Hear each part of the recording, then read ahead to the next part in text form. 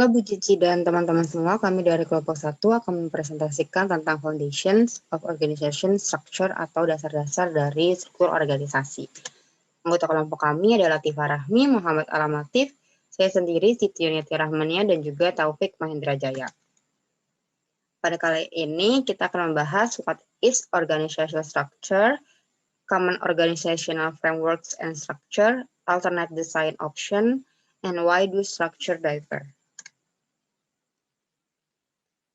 Nah, yang pertama, apa sih struktur organisasi itu? Jadi, struktur organisasi itu mendefinisikan bagaimana sebuah tugas dari pekerjaan itu secara formal terbagi, terkelompok, dan juga terkoordinasi. Nah, ada 7 elemen kunci yang harus manajer perhatikan ketika mereka membuat struktur organisasi. Yang pertama, ada work spesialisasi, terus ada departementalisasi, ada chain of command, ada span of control, terus sentralisasi dan juga desentralisasi, formalisasi, dan boundary spanning. Nah, di sini ada key design question and answer untuk mendesain sebuah struktur organisasi secara baik dan benar. Nah, ada 7 key question dan juga ada 7 answer. Yang pertama, di level mana sih sebuah aktivitas itu terbagi ke dalam beberapa pekerjaan? Jawabannya work spesialisasi. Yang kedua, basis apa sih yang membuat suatu pekerjaan itu menjadi satu kelompok secara bersama? Jawabannya departementalisasi. Yang ketiga, kepada siapa seorang individu atau grup melaporkan pekerjaannya? Jawabannya chain of command. Yang keempat, berapa banyak individu yang dapat manajer atasi atau yang manajer kendalikan secara efisien dan juga efektif? Jawabannya span of control. Yang kelima, di mana sebuah keputusan itu dibuat? Jawabannya sentralisasi dan juga desentralisasi. Yang keenam, pada level apa sih akan ada rules dan juga regulasi yang secara langsung terdirect ke employee dan manager? Jawabannya formalisasi. Yang terakhir itu apakah sebuah individu dari area yang berbeda butuh berinteraksi secara regular? Jawabannya boundary spanning. Oke. Yang pertama ada work spesialisasi, di mana sebuah pekerjaan itu akan dibagi ke dalam beberapa step, di mana setiap step ini akan dikerjakan atau diselesaikan oleh tiap orang yang berbeda. Hal ini dimaksudkan untuk agar sebuah pekerjaan itu hasilnya menjadi maksimal. Terus ada departementalisasi, di mana sebuah pekerjaan ini akan menjadi suatu pekerjaan yang terkelompok. Ini ada tiga basic yang membuat pekerjaan itu dijadikan ke dalam satu kelompok secara bersama-sama. Ada based on product atau service, terus based on geografi, dan juga proses. Nah, contoh dari based on product itu ada P&G yang menempatkan setiap produk utamanya seperti Tide, Pampers, Charmin, dan Pringles ke beberapa departemen yang berbeda. Kalau based on geografi itu contohnya marketing and sales, yang biasanya itu mereka memiliki cakupan area tertentu. Contohnya ada Western, Southern, Midwestern, and Eastern. Kalau di Indonesia itu kayak Jawa, Bali, Sumatera, terus Kalimantan, dan juga Sulawesi. Nah, kalau based on proses itu di mana sebuah departemen itu mengelompokkan satu pekerjaan, di mana satu proses pekerjaan itu akan diselesaikan di departemen itu. Jadi, satu pekerjaan itu tidak perlu lintas departemen agar selesai, gitu. Jadi cukup satu departemen menyelesaikan satu pekerjaan.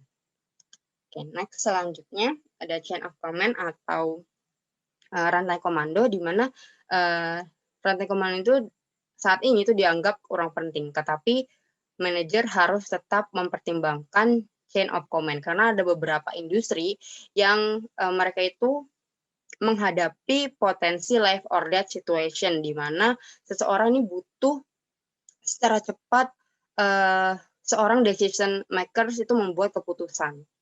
Nah, Kalau misalkan kita berbicara chain of command itu tidak terlepas dari authority dan juga unity of command. Nah, authority itu adalah sebuah hak yang terdapat di posisi manajerial, di mana mereka itu memberikan perintah dan berharap perintah itu tuh dipatuhi oleh bawahannya. Nah, kalau unity of command itu di mana subordinat itu harus memiliki satu atasan, di mana satu atasan ini akan bertanggung jawab ke subordinat. Jadi kalau misalkan ada masalah pekerjaan, ada trouble, itu si subordinat ini tahu kemana dia harus melaporkan masalahnya. Next, ada span of control selanjutnya.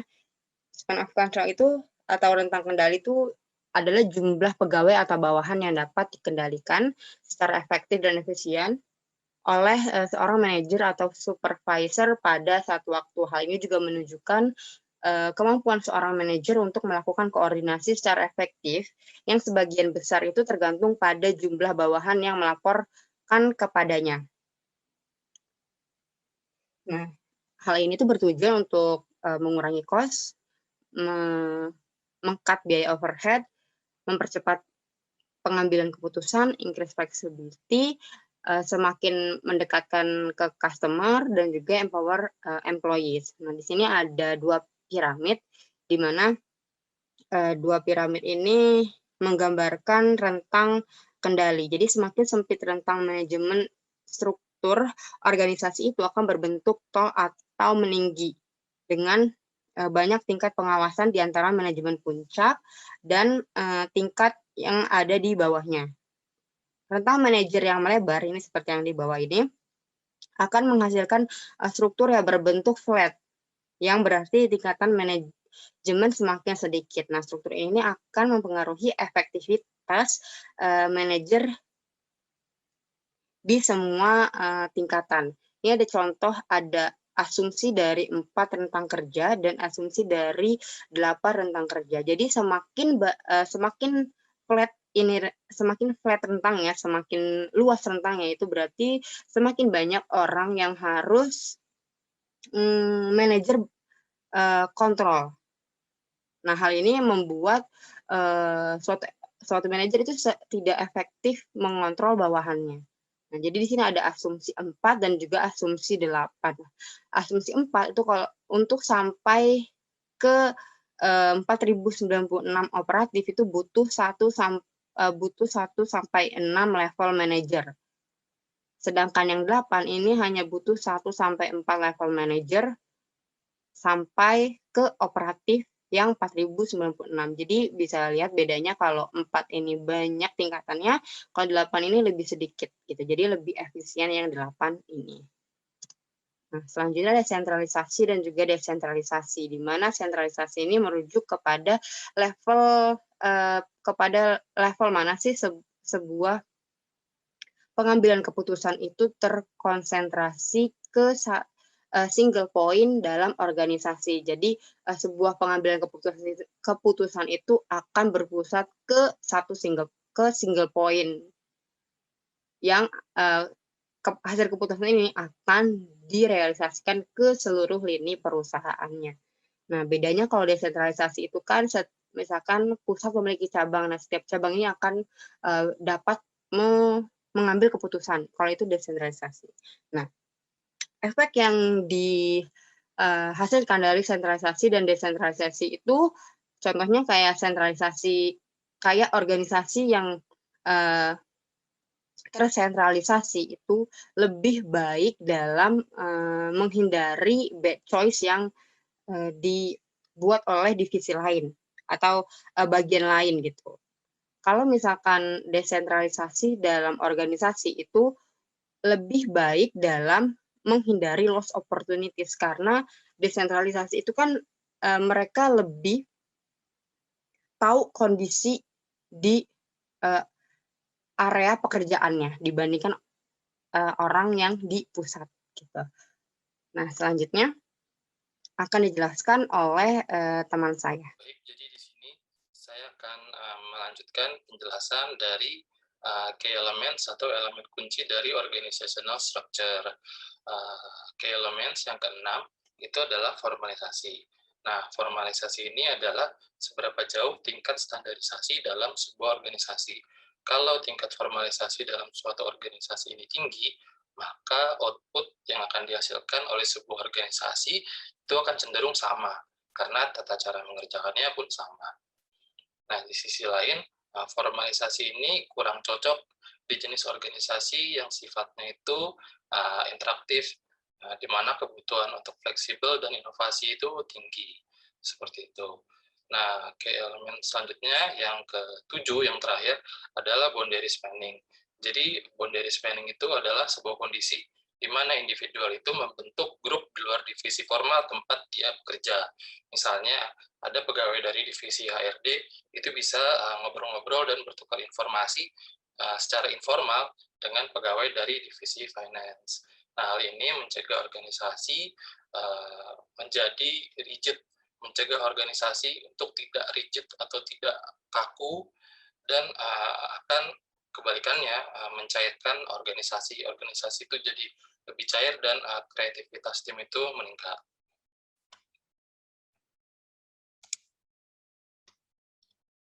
Selanjutnya, ini adalah kerangka dan struktur organisasi yang umum digunakan.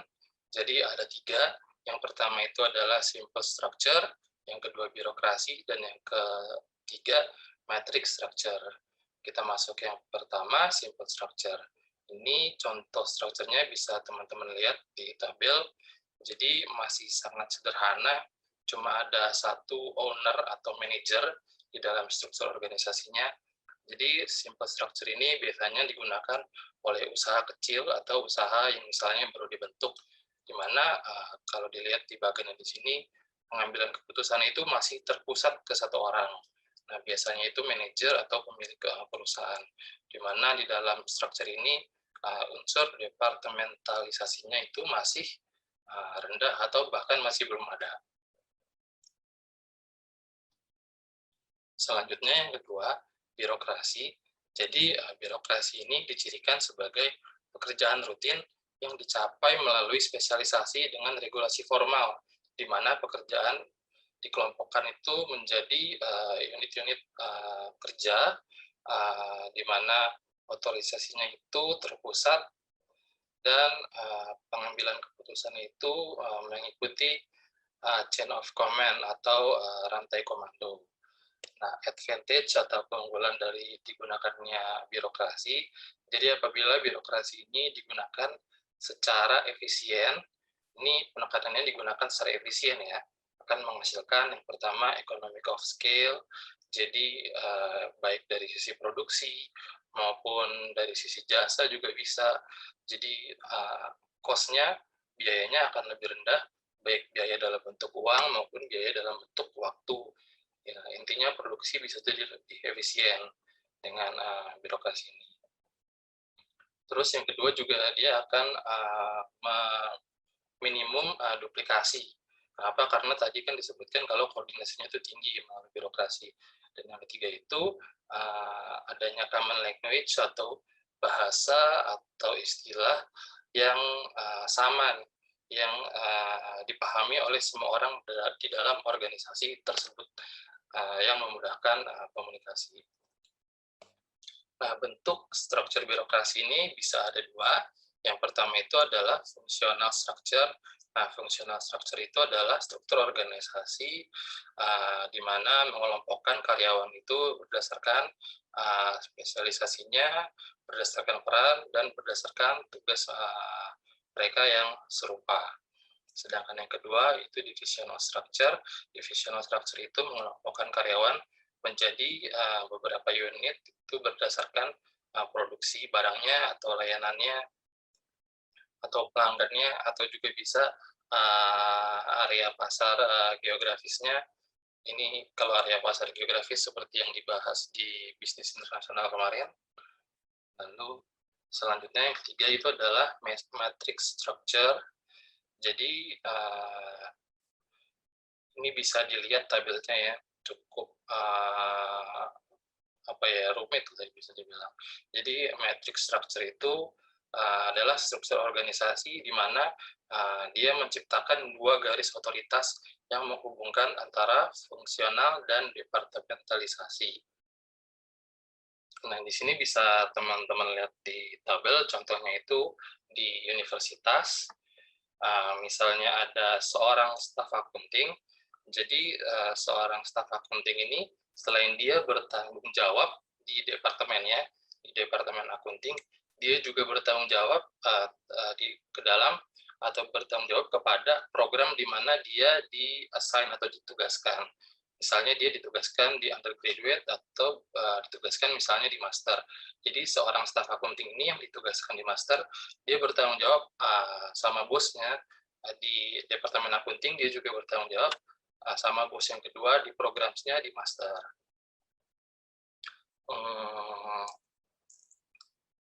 Jadi keuntungan dari digunakannya matrix structure ini adalah koordinasinya itu pasti akan berjalan secara baik karena aktivitasnya itu kayak dilakukan secara kompleks, kayak bergantungan satu sama lain. Jadi di satu sisi dia mendapatkan arahan dari bos akunting, di sisi lain juga dia harus mengakomodasi arahan dari pimpinan dari programnya di bidang masternya, seperti itu. Nah, koordinasinya akan berjalan dengan baik dengan digunakannya matrix structure. Next, selanjutnya ini adalah struktur organisasi yang alternatif yang juga bisa digunakan. Yang pertama itu adalah virtual structure. Jadi virtual structure itu ini konteksnya bukan yang kayak sekarang pandemi ya, WFO, beda. Jadi kalau di buku itu dia diartikan sebagai organisasi kecil, core atau inti organisasi yang melakukan outsource nih terhadap fungsi bisnisnya. Nah, ini bisa teman-teman lihat di tabel. Jadi istilahnya si organisasi ini tuh cuma eksekutif grupnya doang. Dia cuma terdiri dari tim kecil eksekutif grupnya doang. Orang-orang atau dari divisi factory-nya itu bisa di-outsource orang lain, bisa di-outsource ke perusahaan lain, terus agensinya juga di-outsource ke orang lain, ke perusahaan lain. Sales-nya juga bisa di-outsource ke perusahaan lain, jadi organisasi intinya itu tetap kecil, di eksekutif grupnya aja. Nah, contoh perusahaan yang menerapkan sistem virtual structure ini di buku, itu adalah industri perfilman, di mana sebuah film itu kan dibuat oleh kumpulan dari perusahaan-perusahaan kecil nih, yang membuat film tuh per project kalau sekarang kan. Contohnya itu misalnya kalau di buku itu Warner Bros. Jadi si perusahaan Warner Bros. Ini cuma eksekutif grupnya aja. Jadi pembuat filmnya itu misalnya kayak film yang belakangan baru keluar, yang Justice League yang versi Zack Snyder, mungkin produksi filmnya itu diproduksi oleh timnya Zack Snyder. Nah, advertising-nya ini beda lagi nih, bukan timnya Zack Snyder, juga bukan timnya Warner Bros.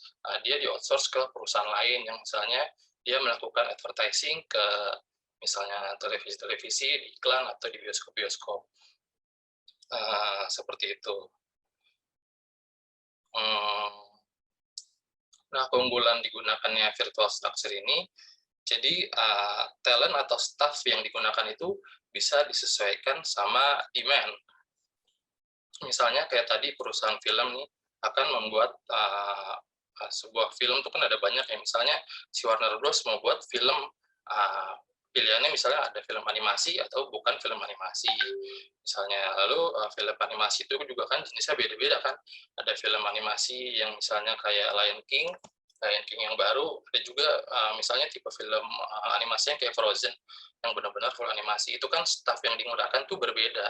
Nah, dengan adanya virtual structure ini, si perusahaan itu bisa memilih staff yang tepat untuk film yang tepat. Jadi bukan sekedar staff di perusahaan itu aja yang mesti belajar, tapi orang yang ahli di bidangnya itu bisa di-outsource, bisa disesuaikan dengan kebutuhan. Nah, selain itu juga virtual structure ini meminimalisir birokrasi. Karena organisasinya itu cenderung sebetulnya berjalan sementara. Kayak contohnya film itu kan, kalau contohnya Warner Bros tadi di film Justice League, mungkin Zack Snyder tuh kerjanya cuma sebentar aja, cuma dari pembuatan film sampai filmnya selesai. Terus juga advertising agensinya misalnya dia nggak mulai dari awal kan, mungkin setelah filmnya jadi dia baru masuk, baru mulai, terus mungkin dia melakukan advertising ke TV sampai misalnya bioskop tayang dan lain-lain, terus ya udah setelah proyeknya selesai si advertising ini keluar lagi. Jadi, cocok digunakan untuk, organisasi seperti perfilman tadi yang, bentuknya tuh sementara, seperti itu. Nah, sekian dari saya, selanjutnya akan dijelaskan oleh rekan saya. Terima kasih. Terima kasih. Selanjutnya masih tentang alternate design option. Di sini ada the team structure, yaitu merupakan suatu struktur organisasi yang menggantikan departemen atau divisi dengan sebuah tim khusus. Tim structure ini menghilangkan batasan horizontal dan vertikal sebagai cara untuk mengentaskan penghalang eksternal antara perusahaan dengan konsumen dan suppliernya. Dengan menghilangkan batasan vertikal, manajemen menyederhanakan hierarki dan meminimalisasi status dan ranking. Gross hierarki di sini biasanya termasuk top eksekutif, middle manager, supervisor, dan pegawai operasional. Kemudian ada participative decision making dan penilaian performa 360 derajat dapat digunakan pada metode atau the team structure ini. Dalam buku kita itu dicontohkan Oticon, sebuah perusahaan dari Denmark yang memproduksi alat bantu dengar. Pada perusahaan ini, semua jejak hierarkinya telah hilang.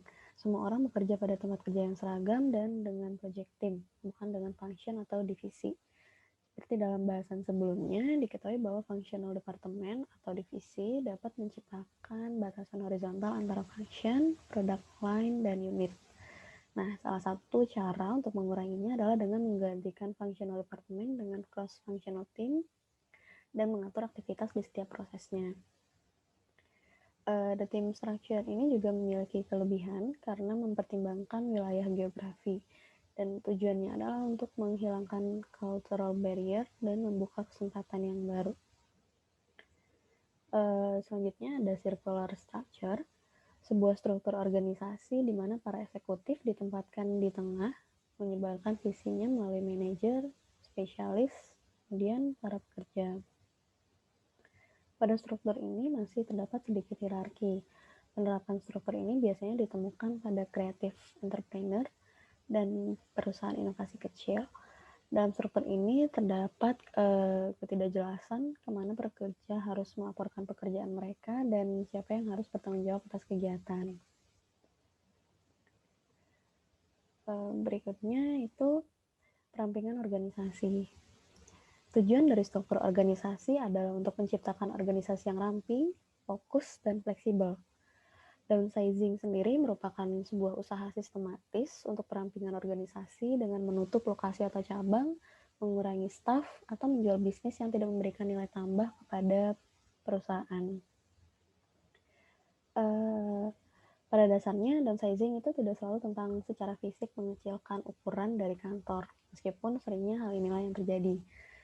Beberapa perusahaan melakukan perampingan organisasi dengan merumahkan karyawannya. Namun ada juga perusahaan yang memfokuskan effortnya pada kompetensi inti dari perusahaan itu sendiri. Beberapa perusahaan yang fokus dalam merampingkan organisasi memiliki tujuan untuk mengurangi birokrasi dan mempercepat proses pengambilan keputusan. Meskipun memiliki banyak keuntungan dari perampingan organisasi, keputusan ini juga memiliki kontroversi. Perusahaan yang hanya merumahkan karyawan namun tidak melakukan restruktur organisasi biasanya akan mengalami penurunan keuntungan dan penurunan harga sahamnya. Tentu saja hal ini terjadi karena pengaruh perampingan pada sikap karyawan. Karyawan yang masih bertahan pun mengalami kecemasan terhadap masa depannya, karena bisa saja di masa depan mereka yang akan dirumahkan. Akhirnya, si karyawan ini menjadi kurang komit terhadap organisasinya. Perusahaan dapat mengurangi pengaruh negatif dengan melakukan persiapan sebelum downsizing. Beberapa strategi yang dapat diterapkan untuk downsizing adalah dengan invest. Untuk perusahaan yang akan melakukan perampingan yang berfokus pada kompetensi inti, akan lebih efektif jika mereka berinvestasi dalam praktik kerja yang high involvement setelah downsizing. Kemudian communicate. Saat pemberi kerja membuat effort membicarakan downsizing dengan pekerjanya lebih awal, kemungkinan besar pekerja tidak akan terlalu khawatir terhadap hasil akhirnya, dan mereka merasa bahwa perusahaan itu juga mempertimbangkan perspektif pekerja. Lalu ada participate. Kekhawatiran pekerja itu akan berkurang jika mereka dapat berpartisipasi atau dilibatkan dalam proses downsizing. Program pensiun dini sukarela atau paket pesangon bisa membantu mencapai perampingan tanpa perlu diadakannya PHK.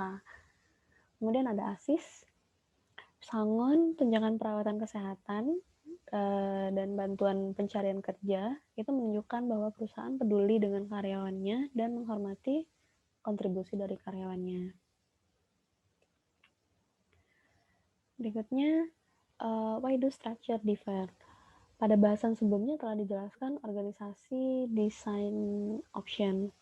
Ada dua model yang merangkum organizational design option, yaitu mechanistic model dan organic model.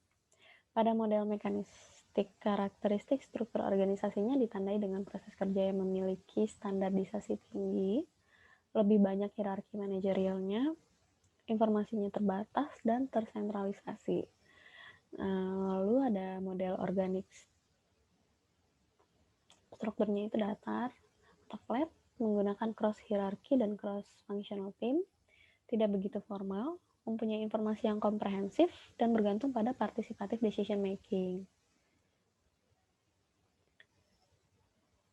Kemudian ada organizational strategi.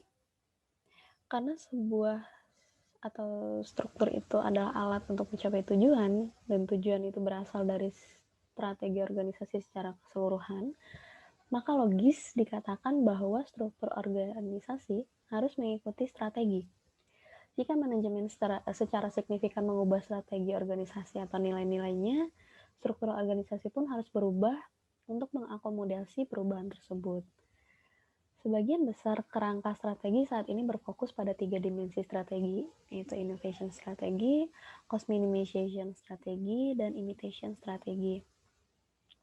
Pertama, innovation strategi, yaitu sebuah strategi yang menekankan pada pengenalan produk dan layanan yang baru. Innovation strategi ini berusaha untuk mencapai inovasi yang bermakna dan unik, seperti Apple misalnya.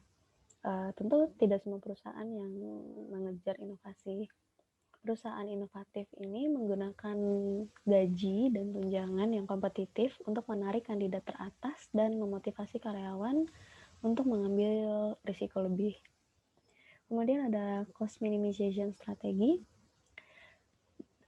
Sebuah organisasi yang mengejar strategi cost minimizing akan dengan ketat mengontrol biayanya, akan menahan diri dari pengeluaran-pengeluaran yang tidak perlu, dan memotong harga dalam menjual produk dasar. Ini menjelaskan strategi yang ditempuh oleh Walmart dan pembuat produk generik atau bahan makanan. Organisasi yang meminimalisasikan biaya biasanya mengejar lebih sedikit kebijakan yang dimaksudkan atau tujuannya untuk mengembangkan komitmen di antara tenaga kerja mereka. Kemudian ada imitation strategi. Bagi perusahaan atau organisasi yang mengikuti strategi imitasi, ini mencoba meminimalkan risiko dan memaksimalkan peluang untuk mendapatkan keuntungan. Memindahkan produk baru atau memasuki pasar baru hanya setelah inovator membuktikan kelangsungan hidup atau bisa bertahan di pasarnya. Produsen mode pasar massal yang meniru gaya desainer mengikuti strategi ini, seperti HP dan Caterpillar. Mereka mengikuti pesaing yang lebih kecil dan lebih inovatif dengan produk unggulan, tapi hanya setelah pesaing ini menunjukkan bahwa pasar itu ada. Kemudian selanjutnya dijelaskan oleh rekan saya. Terima kasih. Oke, terima kasih Latifa. Saya akan melanjutkan tentang faktor-faktor yang menyebabkan kenapa organisasi berbeda. Untuk faktor kedua yaitu adalah ukuran dari sebuah organisasi itu sendiri. Nah, jadi ukuran sebuah organisasi itu akan sangat mempengaruhi struktur dari sebuah organisasi.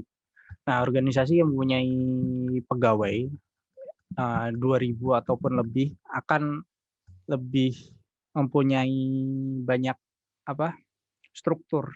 Jadi strukturnya itu makin kompleks dan akan mempunyai banyak departemen, mempunyai spesialisasi yang lebih banyak, dan tentunya akan mempunyai aturan dan regulasi yang lebih ketat dibandingkan organisasi yang lebih kecil. Akan tetapi sebuah ukuran organisasi, kalau organisasi itu semakin besar, jika organisasi itu berkembang, maka pengaruhnya akan lebih sedikit. Contohnya kayak, jadi ketika sebuah organisasi yang anggotanya jumlahnya 2.000, terus rencana expand menambah pegawai dengan jumlah 500, tentu efeknya tidak akan sebanyak sebuah organisasi yang anggotanya hanya 300, kemudian menambah 500 pegawai lagi. Gitu. Nah, untuk faktor selanjutnya yaitu adalah teknologi.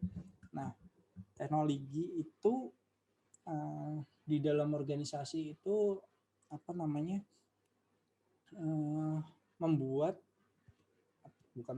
adalah cara bagaimana sebuah organisasi merubah inputnya menjadi outputnya. Jadi setiap organisasi itu pasti mempunyai satu teknologi untuk mengubah apakah itu keuangan, terus human resource-nya, dan physical resource menjadi sebuah produk atau servisnya. Itu. Terus kemudian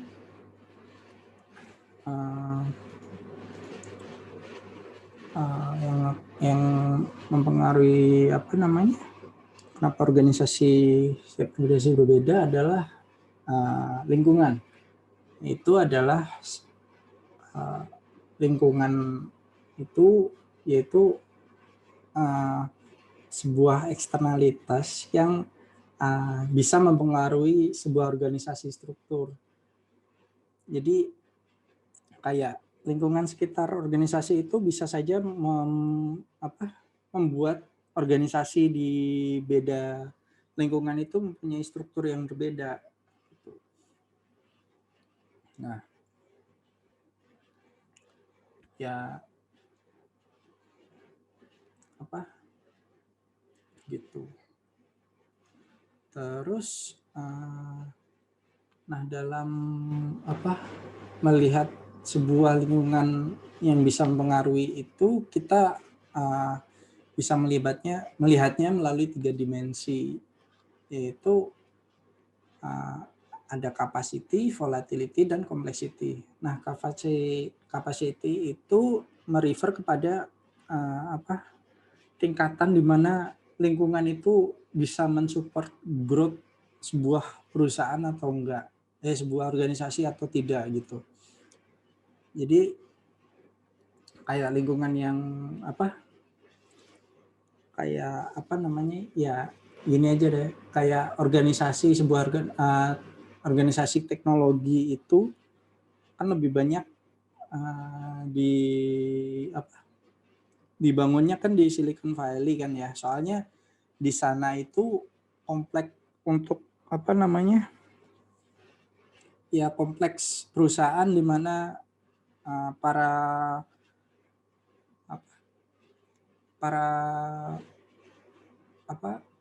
ahli-ahli teknologi itu melakukan pekerjaannya.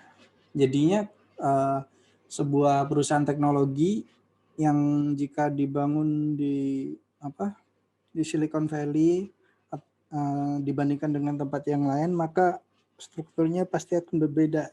Nah, di Silicon Valley nanti tentunya mereka akan membuat sebuah departemen sendiri untuk mengurus terkait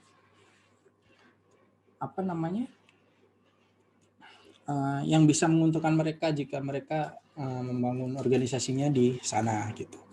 Terus volatility.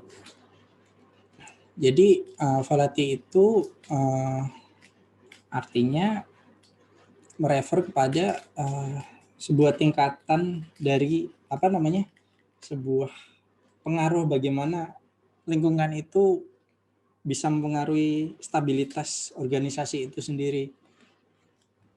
Jadi kayak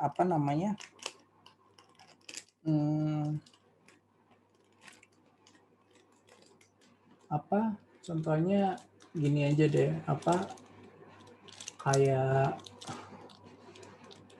mungkin perusahaan taksi ya. Jadi di perusahaan taksi itu kan sebelum ada Gojek atau apa itu kan mereka tenang-tenang aja, nggak ada disrupsi atau apa gitu. Nah, kemudian muncul ojek online. Nah, dikarenakan hal tersebut pasti mereka kalau tidak mau tenggelam, ya mereka pasti akan merubah organisasinya untuk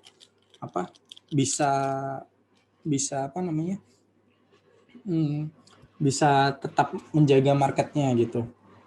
Terus lingkungan dimensi lingkungan dimensi yang mempengaruhi struktur yaitu adalah complexity. Jadi tingkat di mana keberagaman dan konsentrasi di antara elemen-elemen di lingkungan. Jadi kayak gini aja deh. Jadi kayak contohnya kalau di buku kan kayak industri tembakau kan kalau produksi kompetitor dan regulasinya kan dari dulu sampai sekarang kan tidak jauh berbeda. Nah, itu jadi simple gitu loh. Jadi organisasinya itu nggak akan jauh berbeda dari dulu sampai sekarang. Nah, terus kalau dibandingin dengan perusahaan teknologi yang perkembangannya cukup signifikan dari tahun ke tahun, pasti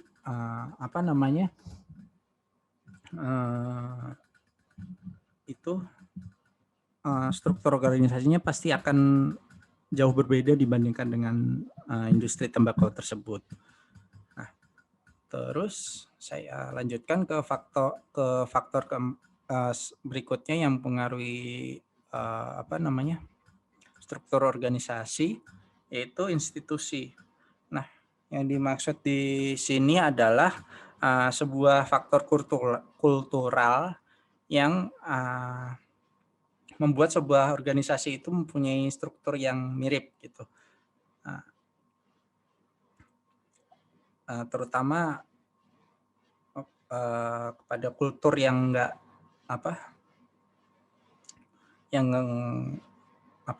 yang membuat saklek lah istilahnya kulturnya itu. Nah, biasanya institutional factor ini mostly itu berasal dari pihak regulator ya atau aturan pemerintah. Jadi setiap organisasi kenapa bisa mirip ataupun berbeda di suatu daerah itu dikarenakan adanya sebuah aturan yang mengharuskan sebuah organisasi itu melakukan sesuatu. Jadi setiap organisasi contohnya maksudnya kayak organisasi yang mempunyai di industri yang mirip itu biasanya mirip-mirip lah strukturnya itu. Nah, selain itu gimana yang namanya? Organisasi itu terkadang mirip dikarenakan mereka itu ingin mencontoh organisasi yang sukses supaya mereka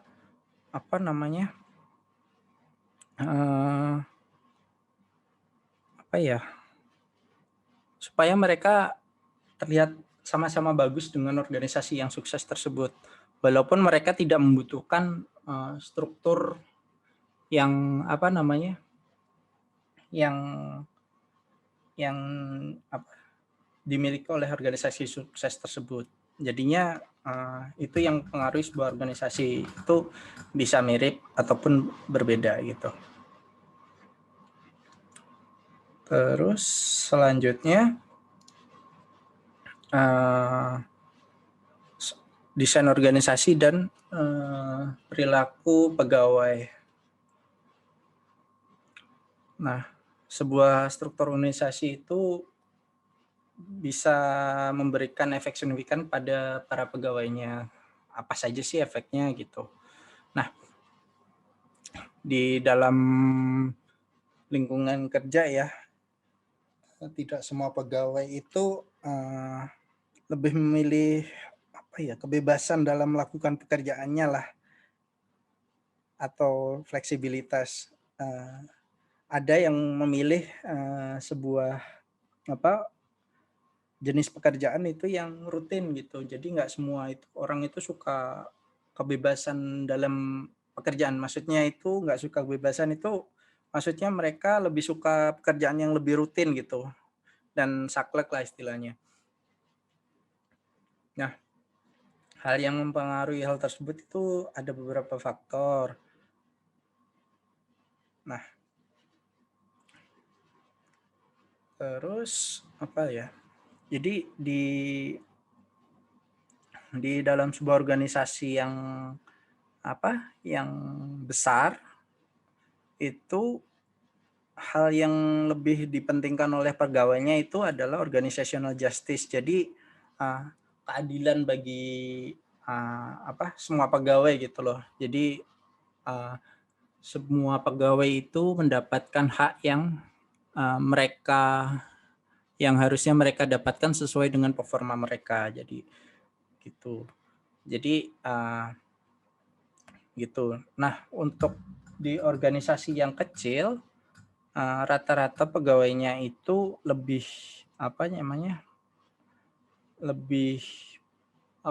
lebih mementingkan interpersonal justice gitu. Nah, untuk membahas terkait efek dari struktur organisasi kepada para pegawainya, kita harus melihat 3 hal preferensi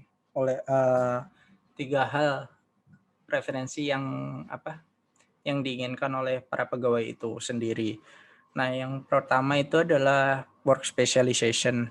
Nah, di dalam work specialization ini sebuah work specialization itu akan memberikan produktivitas yang lebih dari sebuah pegawai. Namun lama-kelamaan akan mengurangi kepuasan kerja dari pegawai tersebut. Nah, terus bagaimana sih kita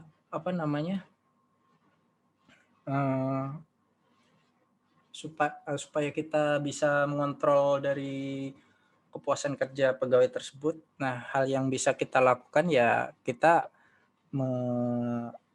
reorganisasi pekerjaan dan fungsi dari spesialisasi tersebut, yaitu misalnya dengan melakukan kayak semacam mutasi atau apa gitu.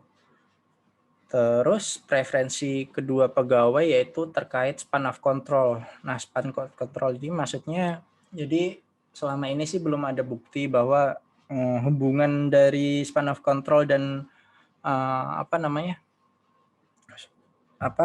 kepuasan kerja dari seorang pegawai itu ada hubungan langsung gitu. Namun secara intuitif gitu, kalau sebuah organisasi lebih lebih mengontrol atau lebih memikromanage para pegawainya itu ya secara logika itu pasti akan memberikan memberikan hasil yang lebih banyak, soalnya kan disupervisi terus-menerus sehingga bisa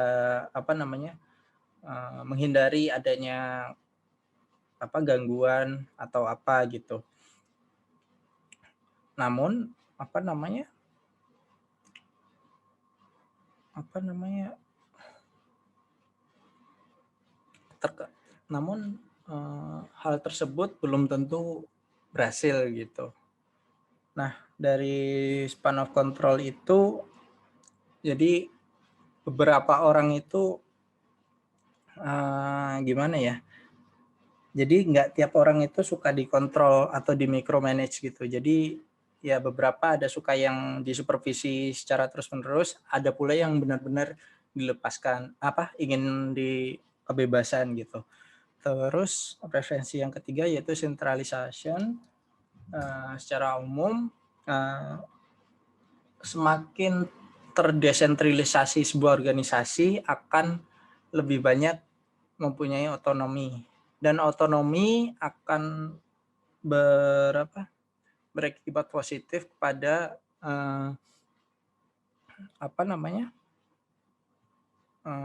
kepuasan kerja. Akan tapi kita kembali lagi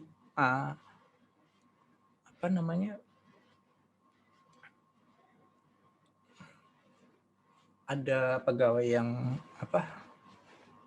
yang lebih prefer ke kebebasan, ada pegawai yang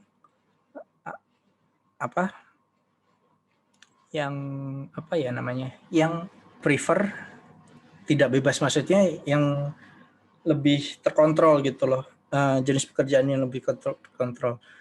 Nah, setelah kita lihat dari preferensi tersebut, jadi bisa kita simpulkan mungkin ya, jadi orang itu nggak memilih jenis pekerjaannya itu secara random gitu.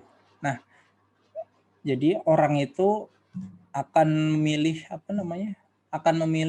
tempat kerja yang mereka inginkan. Jadi jika seseorang itu tertarik dengan sebuah perusahaan, mereka akan apply.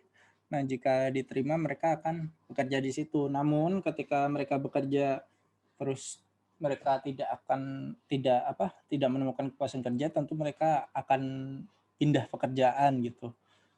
Nah, jadi apa yang harus dilakukan perusahaan gitu ya, perusahaan yang nggak usah nggak usah